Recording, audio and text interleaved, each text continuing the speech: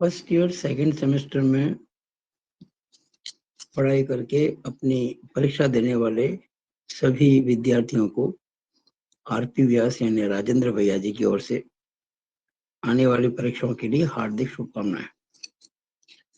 ये जो कार्य आप अभी देखेंगे ये अद्वितीय है, यूनिक है, क्योंकि अगर आप इसे ध्यान से देखेंगे, समझेंगे और काम करेंगे तो शायद कोई भी प्रश्न ऐसा नहीं होगा परीक्षा में ऑब्जेक्टिव जो आप ना कर सकें।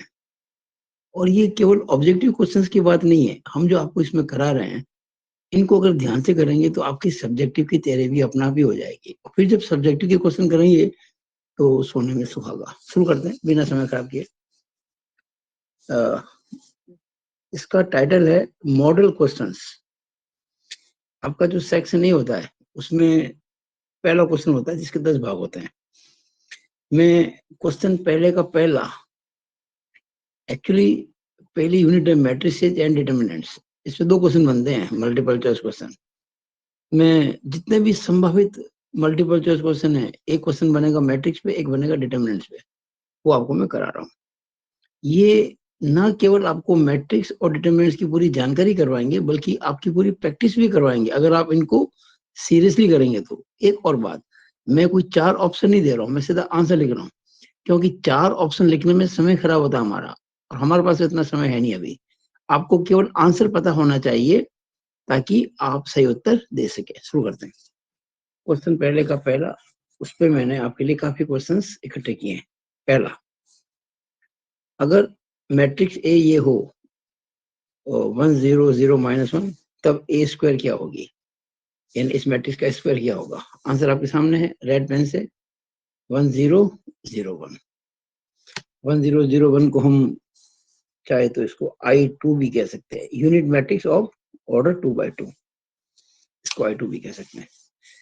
कोई भी क्वेश्चन जो मैं आंसर दे रहा हूं अगर आपसे नहीं होता है मुझे तुरंत व्हाट्सएप ग्रुप के अंदर मैसेज करेंगे। क्वेश्चन 2, अगर matrix A -1 3 2 -5, matrix B 4 -1 -8 -7 and matrix C 1 2 3 4 हो तो A plus B minus C matrix क्या होगी। आंसर आपके सामने है 2 0 -9 16। आप क्वेश्चन को उतार सकते हैं, आराम से आंसर निकाल सकते हैं, वेरीफाई कर सकते हैं। तीसरा क्वेश्चन, I2 का मीनिंग क्या है। आपको भी कह चुका था मैं, unit matrix of order 2/2। I2 का मतलब ये होता है 1 0 0 1। यहाँ पे लिख चुका हूँ मैं, यहाँ पे देखिए 1 0 0 1। लेकिन ये अपने आप ही क्वेश्चन बनता है ऑब्जेक्टिव मल्टीपल चॉइस क्वेश्चन कि 2/2 क्रम की इकाई मैट्रिक्स लिखिए, write down unit matrix of order 2/2।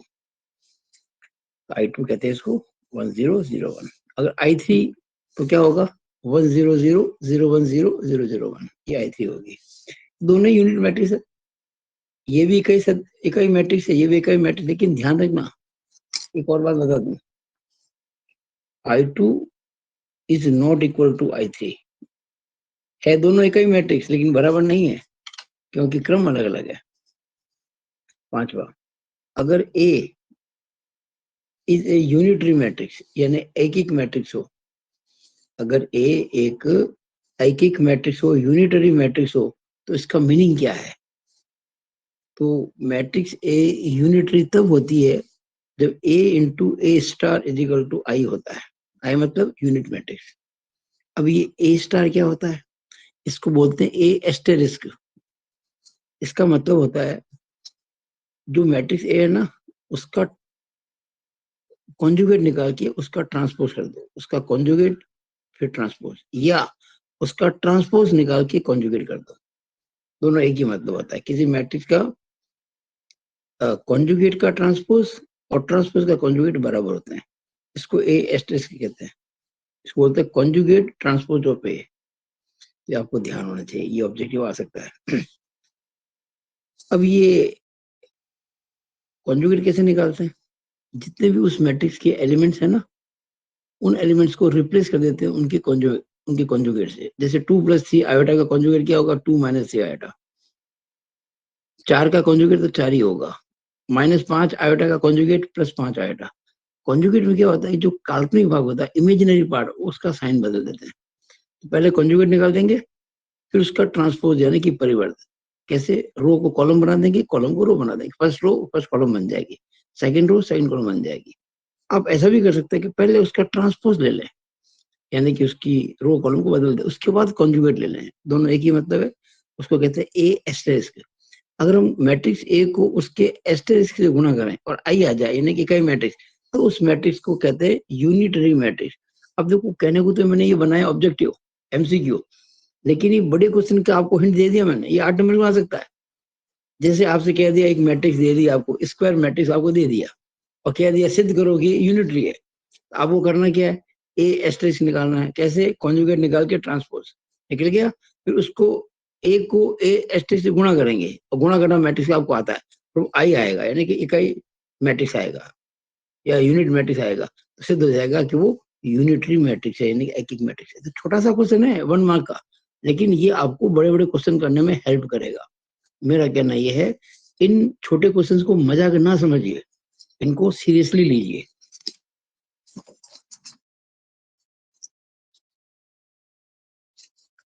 है, आ सकता है अगर कोई ए एक ऑर्थोगोनल मैट्रिक्स है, ऑर्थोगोनल कहते हैं लंबिक, हिंदी में लंबिक मैट्रिक्स, तो इसका मतलब क्या, व्हाट इट मींस, इफ अगर कोई मैट्रिक्स ऑर्थोगोनल है, लंबिक है, तो उस मैट्रिक्स को अगर उसके ट्रांसपोज से गुणा करें तो निस्संदेह यूनिट मैट्रिक्स आएगा, ये पक्की बात है। एक बात है समझो कि अगर कोई मैट्रिक्स ऑर्थोगोनल है, तो पक्का मानो वो स्क्वायर मैट्रिक्स है, क्योंकि स्क्वायर मैट्रिक्स की ही सब सब प्रॉपर्टीज होती है, ठीक है ना। इवन ये जो मैंने आपको बताया अभी अभी, यूनिटरी मैट्रिक्स, ये भी स्क्वायर मैट्रिक्स की प्रॉपर्टी है, क्योंकि आंसर आई आ रहा है ना, आई होता है I2 या I3, जो कि 2/2 या 3/3 होता है। तो ये इकाई, ये वर्ग मैट्रिक्स की सारी प्रॉपर्टीज हैं, चाहे वो यूनिटरी मैट्रिक्स हो, चाहे ये जो मैंने अभी बताया आपको ऑर्थोगोनल मैट्रिक्स हो, ये प्रॉपर्टीज होती हैं स्क्वायर मैट्रिक्स के। 7वां सवाल, अगर मैट्रिक्स ए ये दे रखा हो 8 9 7 6, तो उसका ट्रांसपोज क्या होगा। तो ट्रांसपोज तो बड़ा आसान है, फर्स्ट रो को फर्स्ट कॉलम बना दो, ये 8 9 फर्स्ट रो है ना, फर्स्ट कॉलम बन गई, सेकंड रो 7 6, ये 7 6 बन गई, आंसर आ गया। अब होगा क्या कि जब आपको ये एग्जाम में क्वेश्चन मिलेगा, अगर ए मैट्रिक्स ये हो तो उसका ट्रांसपोज होगा, आपको 4 ऑप्शन मिलेंगे, उन 4 ऑप्शन में ये जो ऑप्शन आएगा ये वाला वो सही हो जाएगा, तो आपको तो सही पता होना चाहिए बस। 8वां, अगर ए सिमेट्रिक यानी कि सममित है मैट्रिक्स, तो इसका मीनिंग क्या। तो सिमेट्रिक मैट्रिक्स का मतलब होता है अगर ए का ट्रांसपोज निकाले और ए ही आ जाए तो सिमेट्रिक मैट्रिक्स है, यानी किसी, अच्छा सुन लीजिएगा, सममित मैट्रिक्स डेफिनेटली एक वर्ग मैट्रिक्स होती है, symmetric matrix is essentially A square matrix, और ऐसी स्क्वायर मैट्रिक्स जिसका ट्रांसपोज यानी जिसका परिवर्त निकालने से वापस वही मैट्रिक्स प्राप्त हो जाए, then the matrix A is called as symmetric matrix. अगला, if A is skew symmetric matrix यानी विषम सममित मैट्रिक्स, तो बताओ इसका क्या मतलब है। इसका मतलब ये है कि अगर उस मैट्रिक्स का ट्रांसपोज निकाले तो माइनस ए आ जाएगा, यानी if A transpose is equal to, अच्छा ये क्वेश्चन उल्टा भी पूछ सकते हैं, अगर A transpose is equal to minus A हो तो वो मैट्रिक्स क्या होगी, आप लिखेंगे विषम सममित या स्क्यू सिमेट्रिक। इसमें क्या बोल सकते हैं, अगर ए का ट्रांसपोज ए आ जाए तो वो कैसी होगी, आप कहेंगे सममित यानी कि सिमेट्रिक। 10वां, if A is Hermitian matrix, if A is Hermitian matrix then what it means. Hermitian matrix कब होती है, जब उसका ए स्टार निकाले वापस ए आ जाए, ए स्टार में बता चुका हूं, कॉन्जुगेट निकाल के उसका ट्रांसपोज कर दो या ट्रांसपोज निकाल के कॉन्जुगेट कर दो, यानी किसी अजीब स्क्वायर मैट्रिक्स होती है, अगर किसी स्क्वायर मैट्रिक्स में उसका ट्रांसपोज करके आप कॉन्जुगेट निकाल लें यानी ए स्टेरिक्स निकाले तो वापस वही आ जाए, तो वो होगी Hermitian. And if A is skew Hermitian, अगला क्वेश्चन है, अगर ए स्क्यू हर्मिशियन है तो क्या होगा। स्क्यू हर्मिशियन को बोलते हैं हिंदी में विषम हर्मिशियन, यानी अगर ए एस्टेरिस्क यानी मैट्रिक्स ए है ना, उसका आप कॉन्जुगेट करके ट्रांसपोज करें तो माइनस ए आ जाए, जो ए थी ओरिजिनल उसका नेगेटिव आ जाए, तब कहेंगे जो ए मैट्रिक्स है वो स्क्यू हर्मिशियन है। ये सब आपको ध्यान, अगर ये एग्जाम ऐसा आ जाए if A asterisk is equal to minus A then क्या होगा, तो आप कहेंगे जो मैट्रिक्स ए है वो स्क्यू हर्मिशियन है या विषम हर्मिशियन है। 12वां क्वेश्चन, अगर matrix A is equal to 2/2 की है ये मैट्रिक्स, 0 आयोटा और माइनस आयोटा 0, तब ए की पावर 40 कितनी होगी? आंसर आएगा ये 1001, या इसको I2 भी कह सकते हैं। ये बहुत आसान है। एक्चुअली आपको एक बात बता दूं, इसका हिंट दे देता हूं। अगर आप यूनिट मैट्रिक्स को यूनिट मैट्रिक्स से गुणा करते हैं तो यूनिट मैट्रिक्स ही आती है। उसके बाद चाहे कितनी बार गुणा करें, जैसे होता है ना सिंपल मैथ्स के अंदर, 1 इंटू 1 इंटू 1 इंटू 1 1000 बार, लाख बार, अनंत बार गुणा करें तो 1 इंटू 1 तो 1 ही होता है। ऐसे यूनिट मैट्रिक्स को यूनिट मैट्रिक्स से कितनी ही बार गुणा कर दो यूनिट मैट्रिक्स ही आती है। अब अगर आप ए स्क्वायर निकालेंगे, ए स्क्वायर निकालना तो आसान है ना, ए को ए से गुणा करेंगे, जब आप ए स्क्वायर निकालेंगे ना तो आई आ जाएगा, यानी वो 1001 आ जाएगा। उसके बाद अगर मैं वापस ए स्क्वायर निकालूंगा तो भी आई आएगा, फिर ए स्क्वायर निकालूंगा आई आएगा, फिर ए स्क्वायर निकालूंगा आई आएगा। तो जो ए की पावर 40 है, ए की पावर 40, इसको मैं ए स्क्वायर की पावर 20 कह सकता हूं, और ए स्क्वायर आई आता है और आई की पावर 20। अब आई को आई से गुणा बचा कितनी बार करो वापस आई रहेगा ना, इसलिए आंसर आएगा। ये ऑब्जेक्टिव आ सकता है, और हो सकता है क्वेश्चन 3 नंबर में आ जाए कि अगर ए इज इक्वल टू ये हो तो ए की पावर 40 का मान ज्ञात करो, तो आप ऐसे कर सकते हैं। तो मैं फिर कह रहा हूँ, हम जो आपको काम करवा रहे हैं वो एमसीक्यू तो है ही, साथ में बड़े क्वेश्चंस की भी आधारशिला है। अगला क्वेश्चन, ये क्वेश्चन नंबर पहले का जो पहला आ सकता है संभावित, उसके मैंने आपको 12 क्वेश्चन करा दिए। अब जो पहले का दूसरा आएगा वो है डिटर्मिनेंट्स। इसमें डिटर्मिनेंट्स पे आता है इसमें एडजॉइंट वगैरह है, उस पे आता है क्वेश्चन। तो ये संभावित है। ये देखिए कैसे, पहले का दूसरा, जो क्वेश्चन नंबर पहले का दूसरा है ना, उस पे मैं अलग अलग क्वेश्चन आपके लिए लेके आया हूं। पहला क्वेश्चन, अगर determinant X Y A B is equal to 0, तब एक्स अपॉन वाई कितना होगा? ये आंसर दे दिया, ए अपॉन बी होगा। ये आप कर सकते हैं आराम से। फिर भी अगर नहीं होता तो मुझसे आप व्हाट्सएप पे मैसेज करें, मैं करके दूंगा। जो भी मैसेज करें क्लियरली कर रहे हैं कि भाई ये क्वेश्चन हमसे नहीं हो रहा है। मुझे कोई भी मैसेज करे तो फोटो ना खींचे इसकी, ना इसको आप केवल ऐसे लिखें कि क्वेश्चन जो पहले का दूसरा है उसमें जो पहला क्वेश्चन किया वो नहीं हो रहा है, तो मैं समझ जाऊंगा। आंसर ये है, अगर ये 0 है वैल्यू है तो एक्स अपॉन वाई की वैल्यू आएगी ए अपॉन बी। अगला, cos 50 degree cos sine 10 degree और साइन 50 डिग्री cos 10 डिग्री, ये डिटरमिनेंट है, इसकी वैल्यू क्या होगी? आंसर लिख दिया मैंने 1/2। एक्चुअली ऐसे गुणा करते हैं ना, cos 50 cos 10 minus sine 50 sine 10, तो क्या हो गया? cos a cos b minus sine a sine b, क्या होता है? cos a plus b trigonometry में, cos a प्लस b यानी कि cos 50 प्लस 10 यानी कि cos 60, और cos 60 1/2 होता है। तीसरा, 1 omega omega square, omega omega square 1, omega square 1 omega, determinant की वैल्यू क्या होगी? आंसर आएगा 0। देखिए बहुत अच्छा, ये क्वेश्चन आपके 3 नंबर में भी आ सकता है, ध्यान रखना। किसको सॉल्व करो, आंसर आएगा 0। क्या होता है, हम प्रॉपर्टी लगाएंगे डिटरमिनेंट्स की। हम जो कॉलम है ना C1, ये कॉलम C1, इसमें C2 C3 जोड़ देंगे, यानी कि C1 की जगह पे C1 plus C2 plus C3 करेंगे। जैसे C1 plus C2 plus C3 करेंगे, इस कॉलम में ये दोनों कॉलम जोड़ देंगे, तो यहाँ क्या आ जाएगा जोड़ने पर? 1 plus omega square first row में आएगा, सॉरी फर्स्ट कॉलम में आएगा। यहाँ omega plus omega square plus 1, यानी कि वही 1 प्लस ओमेगा प्लस ओमेगा। यहाँ पर omega square plus 1 plus omega, यानी जो अपन जोड़ेंगे ना, जोड़ेंगे तो जो पहली कॉलम आएगी इसमें वो 1 प्लस ओमेगा स्क्वायर आएगा, और 1 प्लस ओमेगा स्क्वायर 0 होता है, ये ध्यान रखना। 1 प्लस ओमेगा स्क्वायर 0 होता है। और अगर उसको बाहर निकाल देंगे तो 0 इंटू समथिंग इज 0, आंसर इसका 0 आएगा। वैसे भी जो डिटरमिनेंट बनेगी C1 की जगह C1 plus C2 plus C3 लगाने से, इस संक्रिया से, इस ऑपरेशन से, उसका जो पहला कॉलम होगा वो 1 प्लस ओमेगा स्क्वायर होगा, जो कि 0 होता है।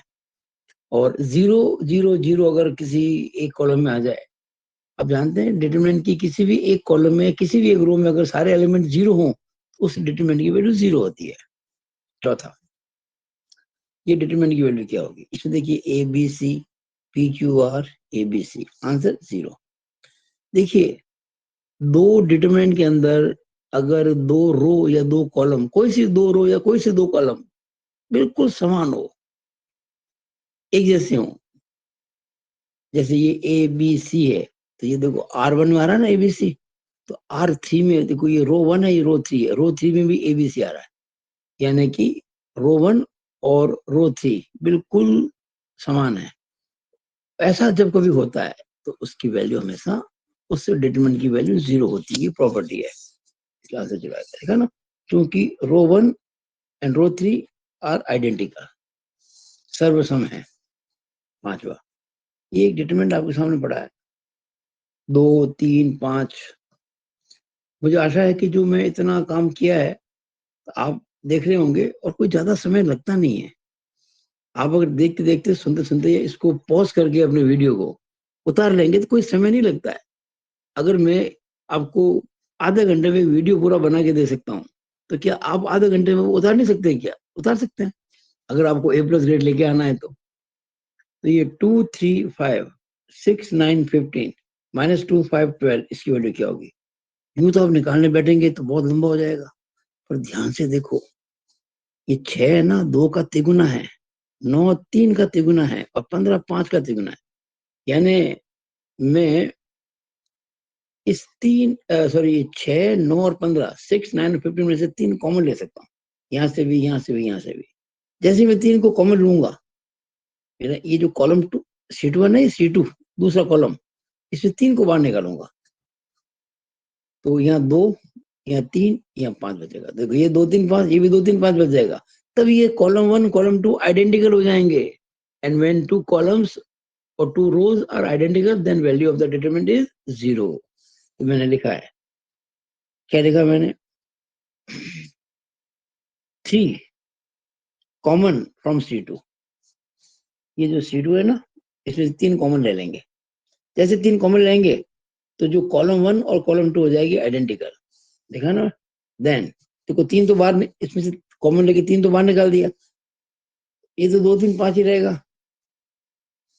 और ये जब 3 बाहर निकाल दोगे तो ये भी 2 3 5 हो जाएगा, ये एज इट इज रहेगा। अब देखो ये दोनों कॉलम आइडेंटिकल है, सेम है, बिल्कुल एक जैसी है। जब किसी डिटरमिनेंट की 2 कॉलम या 2 रो आइडेंटिकल होती है, उसकी वैल्यू 0 होती है, तो इसकी वैल्यू 0 हो जाएगी, और 3 इंटू 0 करेंगे तो 0 जाएगा।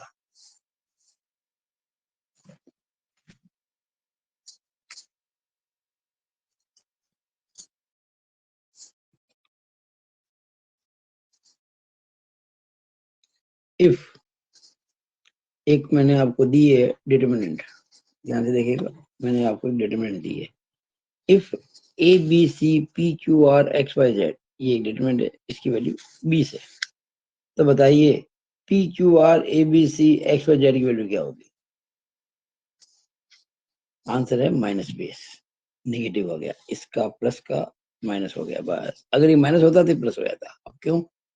एक प्रॉपर्टी है डिटरमिनेंट की, अगर किसी डिटरमिनेंट के अंदर 2 रोज को या 2 कॉलम्स को इंटरचेंज कर दें, आपस में अदला बदली कर दें, जैसे रो 1 की जगह रो 2 कर दें, रो 2 की जगह रो 1 कर दें, या रो 2 की जगह रो 3, और रो 3 की जगह रो 2, यानी आपस में बदल दें 2 रोज को, यानी रो के साथ बदला बदली रो की, और कॉलम के साथ में कॉलम की, तो उसकी वैल्यू जो होती है, जो पिछली वैल्यू आती है उसकी नेगेटिव। अगर पिछली -5 थी तो अब 5 हो जाएगी, पिछली 5 थी तो अब -5 हो जाएगी। यहाँ देखिएगा, मैंने कहा ये डिटरमिनेंट है जिसकी वैल्यू 20 है, इसकी पूछिए। आप ध्यान से देखो, इसके अंदर ABC कौन सी रो थी? पहली थी, इसमें ABC दूसरी हो गई। इसमें पी क्यू आर दूसरी थी, इसमें पी क्यू आर पहली हो गई। तो हमने क्या किया, हमने रो 1 और रो 2 को आपस में बदल दिया, यानी कि रो 1 और रो 2 ये परस्पर बदल गए, म्यूचुअली चेंज हो गए। ऐसा जब कभी होता है, दो रोज या दो कॉलम आपस में बदल जाएं, तो डिटरमिनेंट की वैल्यू जो पहले वैल्यू होती है उसकी नेगेटिव हो जाएगी। पहले वैल्यू +20 थी, अब -20 हो जाएगी। अगर पहले -20 होती थी, +20 हो जाती। अब देखिएगा 7वां क्वेश्चन। अगर डिटरमिनेंट ए की वैल्यू 5 हो तो ए ट्रांसपोज कोई मैट्रिक्स है, एक्चुअली ए कोई मैट्रिक्स है जिसकी डिटरमिनेंट की वैल्यू 5 है, तो उस मैट्रिक्स की ट्रांसपोज की डिटरमिनेंट क्या होगी, ये क्वेश्चन है। आंसर 5 ही होगा, वही रहेगी सेम। कारण क्या, आप मैट्रिक्स ए की डिटरमिनेंट निकालो या उसके ट्रांसपोज की डिटरमिनेंट निकालो, सेम आती प्रॉपर्टी है।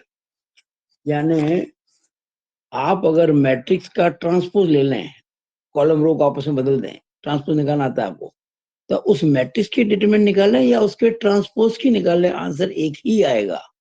ये डिटरमिनेंट की प्रॉपर्टी है, आप ध्यान रखें। तो ये ध्यान रखें, मैट्रिक्स ए और ए के ट्रांसपोज की डिटरमिनेंट बराबर होती है। अगला क्वेश्चन, अगर ये आपको डिटरमिनेंट दे रखी है ए बी पी क्यू बराबर 10, एक डिटरमिनेंट है, पहले रो में ए बी, दूसरे में पी क्यू बराबर 10, तो पूछा गया कि 5A 5B और पी क्यू की वैल्यू क्या होगी। तो आंसर आप देना 50। कितना देंगे आंसर इसका, 50। क्यों, अरे भाई ये जो पहली रो है ना, इसमें 5A 5B आ रहा है, इसका 5 बाहर निकल जाएगा, तो क्या बचेगा, वही जो ये दिख रहा है आपको ए बी पी क्यू, 5 तो बाहर आ जाएगा ना, ए बी पी क्यू 5 बाहर आ गया, देखो 5 बाहर आ गया। अच्छा ए बी पी क्यू, और ए बी पी क्यू जो है इसकी वैल्यू आपको 10 दे रखी है, तो ये 5 गुणा 10 50 हो गया, आंसर आएगा 50। ऐसे ऐसे एमसीक्यू बन सकते हैं। अगला 9वां, आपको एक डिटरमिनेंट दी है A B C P Q R X Y Z, उसकी वैल्यू k मान ली, ऐसा दिया गया। Then 10A 10B 10C 10P 10Q 10R 10X 10Y 10Z, यानी इस डिटरमिनेंट के हर एलिमेंट को मैंने 10 से गुणा कर दिया। बताइए उसकी वैल्यू क्या होगी। देखिए इसमें से भी 10 बार निकल जाएगा, इसमें से भी 10 बार निकल जाएगा, इसमें से भी 10 बार निकल जाएगा। 10 कितनी बार आ गया, 3 बार। 10 into 10 into 10, 10 into 10 100, 100 into 10 1000, 1000 into बाकी वही A B C P Q R X Y Z जो की है, जिसकी वैल्यू के है।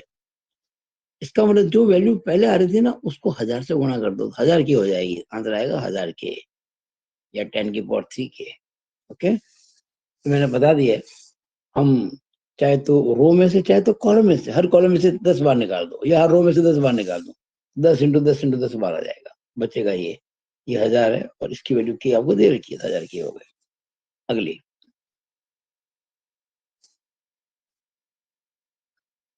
एक डिटरमिनेंट है a minus B B minus C C minus A X minus Y Y minus Z Z minus X P minus Q Q minus R R minus P, इसकी value क्या होगी पूछ रहा है, एमसीक्यू है। आंसर देंगे 0, very simple. देखिए अगर हम ये C1 C2 C3 तीनों को जोड़ लें, यानी C1 की जगह C1 plus C2 plus C3 कर दे, देखो लिखा C1 की जगह C1 plus C2 plus C3, तो ये तीनों जुड़ जाएंगे, a minus B plus B minus C plus C minus A, 0 हो जाएगा। X minus Y plus Y minus Z plus Z minus X, 0। P minus Q plus Q minus R plus R minus P, सब cut जाएंगे, 0। यहाँ 0 0 0 आ जाएगा first column के अंदर, बाकी column वही रहेंगे, बी माइनस सेम, वो सेम रहेंगे, एज इट इज रहेंगे। लेकिन ये कॉलम के सारे एलिमेंट 0 हो गए। अगर किसी डिटरमिनेंट की किसी भी रो या किसी भी कॉलम के सभी एलिमेंट 0 हों, तो वो डिटरमिनेंट की वैल्यू 0 होती है। तो इसका आंसर 0 आएगा। क्वेश्चन नंबर 10 कर दिया हमने। अब क्वेश्चन नंबर 11, देख रहे हैं आप, हम केवल एमसीक्यू नहीं कर रहे हैं, हम केवल एक एक नंबर क्वेश्चन नहीं कर रहे हैं, हम ये जो पढ़ रहे हैं ना, तो बड़े क्वेश्चन का बेस बन रहा है, आधार बन रहा है आपके लिए, और वो बहुत जरूरी है। क्वेश्चन 11, को factor matrix of this matrix क्या होगा। ये एक मैट्रिक्स है 2 0 1 -1, इसकी को फैक्टर मैट्रिक्स यानी कि सहखंड मैट्रिक्स क्या होगी।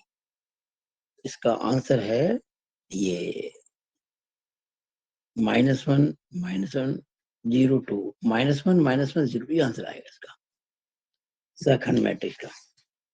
अब सेकंड मैट्रिक्स निकालना आपको आता आना चाहिए, मैंने बता रखा आपको सारा कैसे निकालते सेकंड मैट्रिक्स। आप क्या करेंगे, इन सभी एलिमेंट के निकालेंगे माइनर, क्या निकालेंगे माइनर, और फिर निकालेंगे कोफैक्टर।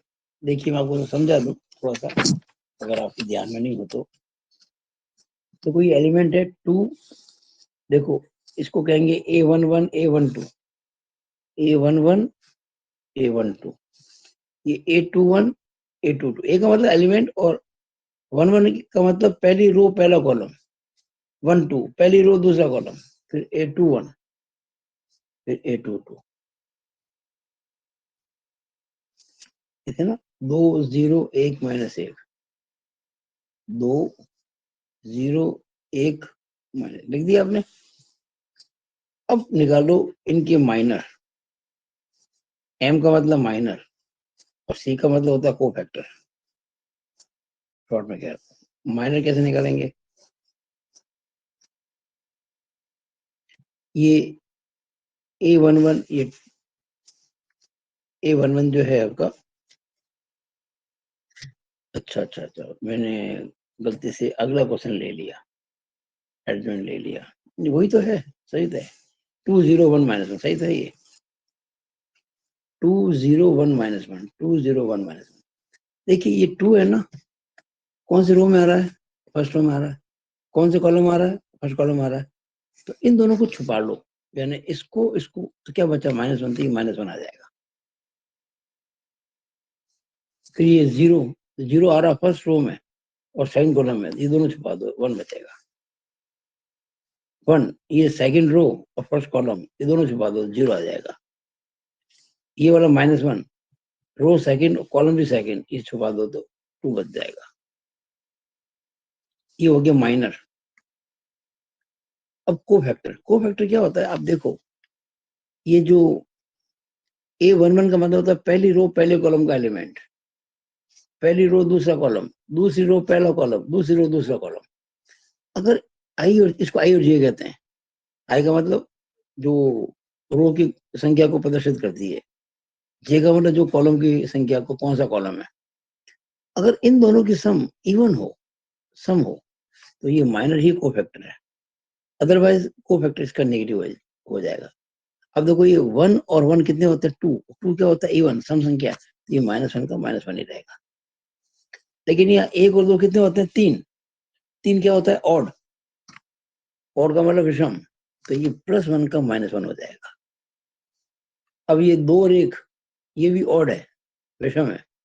अब 0 का क्या तो करना, 0 को -0 क्या, तो 0 का 0 रहता है, इसमें कोई प्लस होने का मतलब नहीं है। और 2 2 2 और 2 क्या होते हैं इवन, 2 2 4 होते हैं ना, 4 इवन होता है, तो इसको 2 को 2 ही रखना है। अब देखिए हमने ये निकाल दिया कोफैक्टर, तो बस ये जैसे आपने लिए थे ना एलिमेंट, ये 2 0 1 -1 वैसे ले लो, ये -1 -1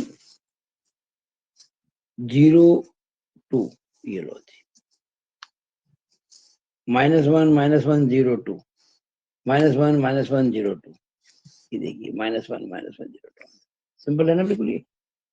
ये आपके क्वेश्चन आ सकता है ऑब्जेक्टिव के अंदर, एमसीक्यू में।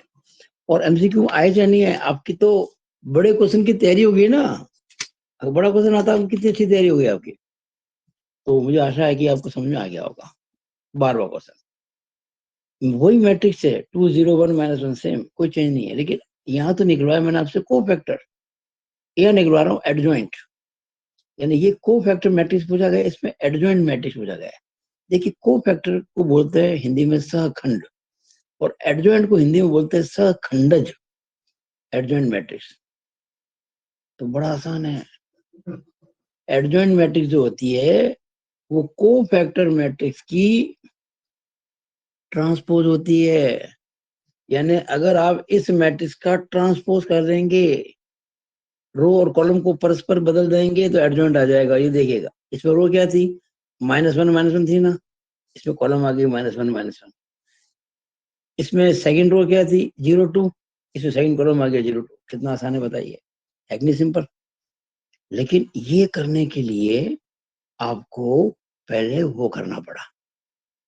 हम आपको एक तरीका बताते हैं, ये केवल 2x2 मैट्रिक्स में काम आएगा और 3x3 में नहीं आएगा, लेकिन एमसीक्यू तो 2x2 की बात चल रही है।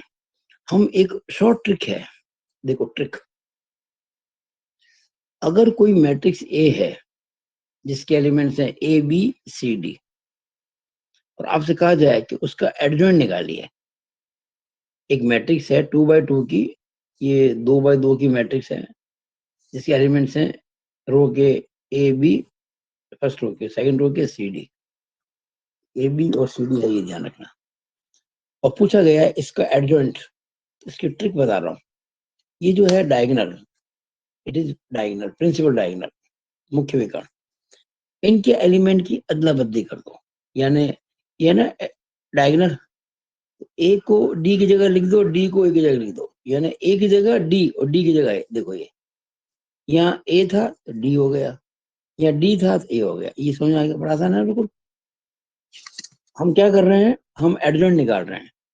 प्रिंसिपल जो डायगोनल के एलिमेंट्स है उनको अदला बदली कर दो, और जो बाकी दूसरे जो दो मेंबर्स हैं उनके साइन चेंज कर दो। जैसे बी था, इसको माइनस बी कर दिया, सी था तो माइनस सी कर दिया। कितना आसान है बताइए आप, कितना आसान है ये, कितना इजी है। वो आप यहाँ लगा सकते हैं डायरेक्टली, तो वो करने की जरूरत नहीं पड़ेगी, वरना वो पहले आपको निकालना पड़ेगा इस प्रकार से, जो मैंने अभी आपको बताया था ना। पहले तो आपको इस टेबल की सहायता से आपको ये निकालना पड़ेगा, फिर ट्रांसपोज करना पड़ेगा, लंबा हो गया। और मैं जो बता रहा हूँ वो तरीका आसान है। देखिएगा, आपको इसका निकालना एडजॉइंट। क्या कहा मैंने, ये जो प्रिंसिपल डायगोनल है इनके एलिमेंट्स को परस्पर बदल दो। तो 2 की जगह लिख देंगे -1 और -1 की जगह 2। ये देखिएगा,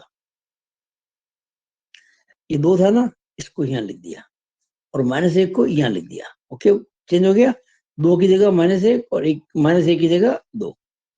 और बाकी जो दो मेंबर्स हैं उनके साइन चेंज कर दो। 0 का तो खैर साइन क्या चेंज होगा, 0 तो 0 तो वही रहेगा, और ये +1 का -1 हो गया।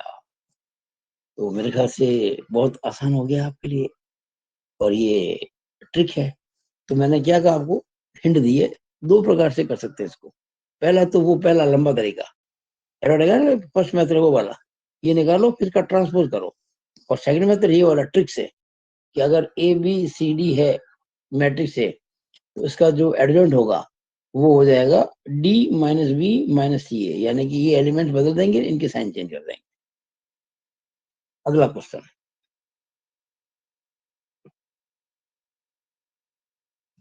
अगर मैट्रिक्स ए ये हो 1 -1 2 -1, तब ए इनवर्स क्या होगा। मैं फिर कह रहा हूं, ये केवल एमसीक्यू नहीं है, 3 3 नंबर के सवाल हो रहे हैं आपके, ध्यान रखना।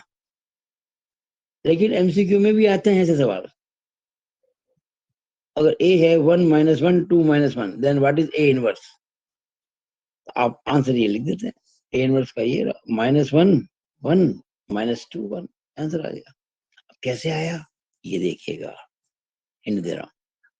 देखिए, ए इनवर्स जो होता है वो होता है एडजॉइंट ए अपॉन डिटर्मिनेंट ए, ये फॉर्मूला है। इनवर्स जो होता है ए का, उसका फॉर्मूला है एडजॉइंट ए में डिटर्मिनेंट ए का भाग लगा दो। अब एडजॉइंट ए निकालना बड़ा आसान है इसका, वो तरीका बताओ, ट्रिक क्या करेंगे। 1 की जगह -1 लिख देंगे, -1 की जगह +1 लिख देंगे। देखो ये -1 +1 हो गया, और ये बाकी 2 के साइन चेंज कर देंगे। -1 का +1 हो जाएगा, 2 का -2 हो जाएगा। ये तो हो गया एडजॉइंट हो गया। और 1 अपॉन डिटरमिनेंट, 1 अपॉन डिटरमिनेंट, इसकी डिटरमिनेंट, अगर इसकी डिटरमिनेंट निकालूंगा तो 1 इंटू -1 क्या होगा, -1, -2 इंटू -1 -2, तो माइनस इंटू माइनस +2 हो जाएगा। और 2 में से 1 घटाओ, 1 रहेगा। 1/1 तो 1 ही होता है, बट 1 को गुणा करेंगे इससे तो वापस वही मैट्रिक्स आ जाएगी। तो देखो -1 1 -2 1 आंसर दिया। ये देखिए, ये आपके 3 नंबर का सवाल भी हो रहा है इससे, भूलना नहीं इस चीज को। ये 3 मार्क्स का क्वेश्चन भी है। 14वां, इफ ए इनवर्स एग्जिस्ट, यानी किसी मैट्रिक्स का इनवर्स जो है विद्यमान है, तो बताइए उसकी क्या शर्त है? Then what? यानी किसी मैट्रिक्स का इनवर्स निकालना संभव है, विद्यमान है, निकाला जा सकता है। इसका मीनिंग क्या क्या चीज होगी? आप लिखेंगे ये चीज। अगर किसी मैट्रिक्स का इनवर्स एग्जिस्ट करता है यानी इनवर्स निकाला जा सकता है, तो डेफिनेटली मानिए उस मैट्रिक्स की जो सारणिक होगी, डिटरमिनेंट की वैल्यू 0 नहीं होगी। ये ध्यान रखना, determinant A will not be equal to 0, ये शर्त है। अच्छा, इसका उल्टा क्वेश्चन बन सकता है कि अगर ए इनवर्स एग्जिस्ट नहीं करता, यानी किसी मैट्रिक्स का इनवर्स निकालना पॉसिबल नहीं हो, तो क्या होगा? इसका उल्टा, तो ए की डिटरमिनेंट 0 हो जाएगी। आप ये याद रखें, अगर डिटरमिनेंट ए 0 है तो उस मैट्रिक्स की इनवर्स नहीं निकाल सकते, और अगर डिटरमिनेंट ए 0 नहीं है तो उस मैट्रिक्स की इनवर्स निकाल सकते हैं। ठीक है ना? तो क्वेश्चन किसी भी रूप से पूछ सकते हैं। 15वां क्या है? Formula for finding A inverse, ये आ सकता है। तो ए इनवर्स निकालने का सूत्र है, 4 ऑप्शन होंगे, उनमें से ये ऑप्शन सही हो जाएगा। ये बता सको, A inverse is equal to adjoint A upon determinant A. अभी बताया मैंने आपको, adjoint A upon determinant A. ये अपने आप में क्वेश्चन पे बनता है कि अगर आप किसी वर्ग मैट्रिक्स के एडजॉइंट में उसके डिटरमिनेंट का भाग लगा देंगे तो इनवर्स प्राप्त कर लेंगे। 16वां, अगर ये मैट्रिक्स है 1 1 1 1 2 -3 2 -1 3 3/3 की मैट्रिक्स है ये मैट्रिक्स जो आपकी है 3/3 की है, 3 रो 3 कॉलम, वर्ग matrix. Then cofactor then cofactor of A23 क्या होगा? ये क्वेश्चन है। ये जो A23 मेंबर है ना, इसका कोफैक्टर क्या होगा, सहखंड क्या होगा? पहले तो आपको पता होना चाहिए A23 क्या होता है। ए का मतलब कोई एलिमेंट, 2 3 का मतलब I2 है, J3 है, यानी कि दूसरी रो और तीसरा कॉलम। ये बताओ, ये पहली रो, ये दूसरी रो, ये तीसरी रो, पहला कॉलम, दूसरा कॉलम, तीसरा कॉलम। हम चाहते हैं वो एलिमेंट जो दूसरी रो का तीसरे कॉलम में हो, दूसरी रो और तीसरे कॉलम दोनों में हो। दूसरी रो तो भाई ये है, और तीसरा कॉलम ये है, ये पहला दूसरा तीसरा। जो इसमें भी है और जो इसमें भी है वो क्या होगा? -3। डेफिनेटली वो -3 होगा। रो नंबर 2 है, कॉलम नंबर 3 है।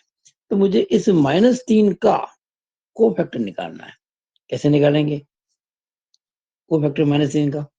तो हम पहले निकालेंगे -3 का माइनर। क्या निकालेंगे? माइनर। माइनर कैसे निकालते हैं? जिस रो में ये -3 आ रहा है उस रो को और कॉलम को भूल जाओ। तो मैं क्या करूंगा, इस रो को और इस कॉलम को भूल जाऊंगा। भाई क्या बचा? 1 1 2 -1। ये देखो 1 1 2 -1 लिख दिया। अब देखो हमें निकालना है कोफैक्टर। मैंने आपको बताया था कि कोफैक्टर माइनर ही होता है अगर आई और जे की जोड़ इवन हो। यहाँ आई और जे की जोड़ क्या है? देखो 2 3 2 और 3 5 होते हैं, 5, और 5 इवन नहीं है, ऑड है, विषम है। इसलिए जो माइनर आएगा उसका नेगेटिव करना पड़ेगा कोफैक्टर के लिए, इसलिए आगे माइनस लगा दिया। समझ गए आप? अब देखो आप माइनस, अब आप इसको इसे गुणा करो, 1 को -1 से तो -1 आएगा, 2 को 1 से गुणा करेंगे 2 आएगा, लेकिन बीच में माइनस लगता ही है। तो ये -1 -2 -3 हो जाएगा, और माइनस माइनस प्लस सी हो जाएगा, प्लस सी इसका आंसर है। मेरे ख्याल से आपको एकदम क्लियर हो रहा होगा। आपके ना केवल मैं छोटे छोटे क्वेश्चन कर रहा हूँ, बल्कि बड़े क्वेश्चन की नींव बन रही है, आपकी आधारशिला तैयार हो रही है, मजबूत आधार। अगला क्वेश्चन 17वां, अगर कोई मैट्रिक्स ये है cos alpha minus sine alpha 0, sine alpha cos alpha 0 0 0 1, तो बताइए उसकी डिटरमिनेंट क्या होगी, उसकी सारणी क्या होगी? आंसर इसका एक आ रहा है, यानी जो 4 ऑप्शन होंगे ना उसमें जो आंसर में जहां एक होगा वो सही होगा। कैसे? देखिए, आप देख रहे होंगे ये 2 0 आ रहे हैं, किसमें? R3 में। ये 2 0 आ रहा है किसमें? C3 में। अब C3 से या R3 से जो है, ये एक्चुअली मैट्रिक्स है, हम निकालेंगे इसकी डिटरमिनेंट। तो ये देखिए मैट्रिक्स में क्या आता है, स्क्वायर ब्रैकेट आता है, बड़ा ब्रैकेट आता है, बड़ा ब्रैकेट, इसको बोलते हैं स्क्वायर ब्रैकेट। और डिटरमिनेंट निकालते हैं तो ये दो वर्टिकल लाइन आ जाएगी, यानी ये जो है ना आपके जो ये ब्रैकेट ऐसा ऐसा नहीं होगा, फिर ये ऐसा हो जाएगा, हाँ ऐसा हो जाएगा, और एलिमेंट्स वही रहेंगे सारे। अब आप उसकी वैल्यू निकालना चाह रहे हैं, आप चाहे तो थर्ड रो से निकालें, आप चाहे तो थर्ड कॉलम से निकालें। देखिए ये जीरो है, ये जीरो है, तो आंसर मतलब जीरो को गुणा करें किसी को जीरो ही रहता है, लेकिन आखिर में एक आ गया है। देखिए अगर मैं यहाँ से शुरू करूं, ये मेरा डिटरमिनेंट का मैंने अच्छा एक वीडियो बना रखा है पूरा, अब देखेंगे उस यूनिट के अंदर मिल जाएगा आपको। हम यहाँ से शुरू करते हैं। ये है पहली रो, तीसरी रो, पहली दूसरी तीसरी रो पहला कॉलम, 3 + 1 4 होता है, 4 होता है इवन, तो शुरुआत प्लस से होगी, तो प्लस माइनस, और ये प्लस आएगा, तो +1 आएगा, ये देखिएगा +1 आ जाएगा, 1 आ गया। अब ये जिस रो में आ रहा है 1, जिस कॉलम, उसको भूल जाओ, तो क्या बचा, cos alpha minus sine alpha cos alpha लिख दिया। अब उसको खोलेंगे, कॉस स्क्वायर अल्फा, ये गुणा करें तो आएगा माइनस साइन स्क्वायर, लेकिन बीच में माइनस आता है तो प्लस हो जाएगा, तो cos square alpha plus sine square alpha, जो कि 1 होता है बाय ट्रिग्नोमेट्री। इस आंसर इसका 1 आ गया। हम कॉलम 3 से भी खोल सकते थे, इसमें देखो 0 0 1 है, ये कौन सी रो है, पहली, कौन सा कॉलम है, तीसरा, 1 + 3 4, 4 इवन है तो शुरुआत प्लस से होगी, ये प्लस में आएगा, लेकिन 0 इंटू कुछ भी करो 0, ये माइनस में, 0 इंटू कुछ भी 0, ये प्लस, वापस वही प्लस आएगा, बाकी सब कुछ वही रहेगा जो पहले था। मेरे ख्याल से क्लियर है। अगला, ये क्वेश्चन बहुत इंपॉर्टेंट है, मेरे ख्याल से इस पे 3 नंबर का सवाल बन सकता है और एमसीक्यू बन सकता है, दोनों मैं आपको समझा रहा हूँ। If matrix A into adjoint A बराबर ये है 10 0 0 10, देन डिटरमिनेंट ए क्या होगी। मैं फिर कह रहा हूँ, ये 3 नंबर में आने की संभावना है कि अगर matrix A into determinant A की वैल्यू, अच्छा ये एक बात ध्यान रखना, जब मैं 3 नंबर का क्वेश्चन लिखूंगा तब इसको नहीं लिखूंगा फिर, क्योंकि मैं मान के चल रहा हूँ, आपको मैं समझा रहा हूँ, 3 नंबर के क्वेश्चन में कुछ नए लिखे जाएंगे। मैं जब आपके लिए क्वेश्चन बैंक बना रहा हूँ पेपर के हिसाब से, तो नए नए क्वेश्चन होंगे, कोई क्वेश्चन रिपीट नहीं होगा। अगर matrix A into adjoint A की वैल्यू ये हो तो बताइए डिटरमिनेंट ए क्या होगी। आंसर इसका आएगा 10, ये आंसर आएगा। कैसे, समझ लो, एक बड़ा इंपॉर्टेंट फॉर्मूला है, आप याद रखें, चाहे तो ये भी एमसीक्यू में आ सकता है कि ए मैट्रिक्स, अच्छा वो मैट्रिक्स कैसे होगी, स्क्वायर वर्ग matrix, matrix A into adjoint A matrix, यानी कि मैट्रिक्स को उसके एडजॉइंट से गुणा करें, या उसके एडजॉइंट को मैट्रिक्स गुणा करें, बराबर आएगा। आप मैट्रिक्स ए को उसके एडजॉइंट से गुणा करें या एडजॉइंट ए को ए से गुणा करें, सेम आएगा। और ये वैल्यू किसके बराबर होती है, determinant A into unit matrix, unit matrix है, हाँ ये determinant A into unit matrix, ये आपको याद कर लेना, ये हिंट है ये, इसको आप याद कर लें। ए इंटू एडजॉइंट ए बराबर एडजॉइंट ए इंटू ए बराबर डिटरमिनेंट ए इंटू आई, बस ये याद है, सॉल्व हो गया।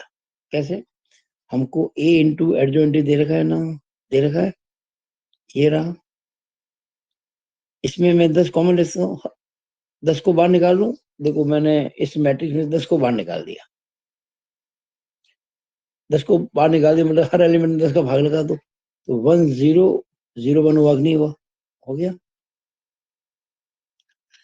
अब देखो ए इंटू एडजॉइंट ए जो होता है, ये आपको दे रखा है, और ए इंटू एडजॉइंट ए की वैल्यू डिटरमिनेंट ए इंटू आई होती है।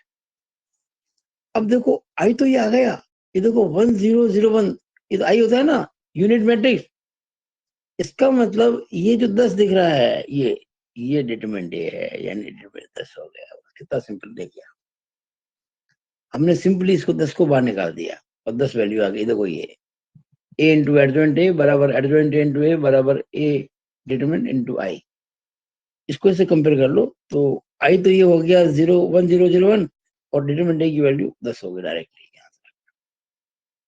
ये क्वेश्चन भी मेरे ख्याल से एग्जाम में आपके आना चाहिए, एमसीक्यू, मैं ट्रिपल स्टार लगा रहा हूँ, या तो ये एमसीक्यू आना चाहिए या फिर 3 नंबर के सवाल में आ सकता है। इफ ए मैट्रिक्स दे रखा है 1 लैम्डा 8 8, इज नॉन इन्वर्टिबल, यानी कि अव्युत्क्रमणीय इसे कहते हैं, जिसको व्युत्क्रम नहीं किया जा सकता, ए इनवर्स नहीं निकाला जा सकता, तो बताइए लैम्डा क्या होगा, ये क्वेश्चन है। अगर मैट्रिक्स ए नॉन इन्वर्टिबल है, अव्युत्क्रमणीय है, जिसका व्युत्क्रम ज्ञात नहीं किया जा सकता, तो बताइए डिटरमिनेंट ए लैम्डा की वैल्यू क्या होगी। अब देखिए, आपको मैंने एक बात बताई थी, अगर कोई मैट्रिक्स जिसका इनवर्स निकालना पॉसिबल नहीं हो, उसकी डिटरमिनेंट की वैल्यू 0 होती है। ये हम कर चुके हैं अभी थोड़ी देर पहले हम कर चुके हैं। देखा ना, अगर ए इनवर्स एग्जिस्ट करता है तो डिटरमिनेंट 0 नहीं होना चाहिए, और अगर ए इनवर्स एग्जिस्ट नहीं करता है तो डिटरमिनेंट 0, यह समझा चुका था मैं। यहाँ वो है कि अव्युत्क्रमणीय है, ए इनवर्स एग्जिस्ट नहीं करता है, इसका मतलब डिटरमिनेंट 0 होगी। तो ये मैट्रिक्स से वर्ग मैट्रिक्स, इसका निकालेंगे डिटरमिनेंट, उसकी वैल्यू 0 कर देंगे। देखो 1 इंटू 8, 8 माइनस 8 लैम्डा बराबर 0। ये देखिए 8 माइनस 8 लैम्डा बराबर 0, तो 8 बराबर 8 लैम्डा हो जाएगा, तो लैम्डा बराबर 1 हो जाएगा। ये आंसर आ गया। मैंने 19 सवाल लिए हैं क्वेश्चन नंबर पहले के दूसरे के लिए, और 12 सवाल लिए हैं मैंने क्वेश्चन नंबर पहले के लिए। कुल मिला के मैंने 31 क्वेश्चन ले लिए। ये अगर आप अच्छे से कर लेंगे समझ के, तो फिर पहले का पहला और पहले का दूसरा मेरे ख्याल से कोई ऐसा क्वेश्चन नहीं होगा जो आप ना कर सकें। और ये केवल क्वेश्चन नहीं है, ये आपके बड़े क्वेश्चंस की आधारशिला भी है। आशा करता हूँ और आपकी अच्छी परीक्षा के लिए शुभकामनाएं प्रेषित करता हूँ कि आप इनको अच्छे से करेंगे, अपने नोट्स बनाएंगे और तैयारी करेंगे। It is all over about this video. Thank you.